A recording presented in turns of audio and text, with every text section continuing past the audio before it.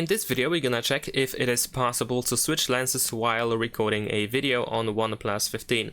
So the best way to check it is by using something like a little car toy in my case, and then we can change the zoom while recording a video to see if there is a shift in the position, because for example if we switch lenses to a different one, then the car toy might change its position on the camera. This is of course the indicator that there was a switch of lenses.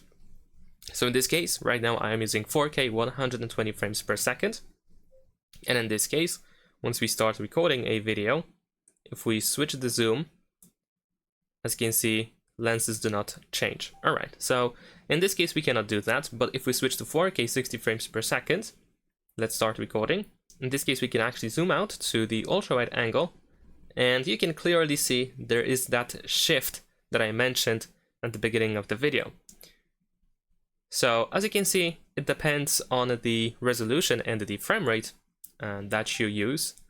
If I switch to 8K resolution, in this case we cannot actually change the zoom at all, so we cannot change lenses at all. So the resolution and the frame rate decides if you can switch lenses or not. So in some cases, most of the time you should be able to change lenses while recording a video.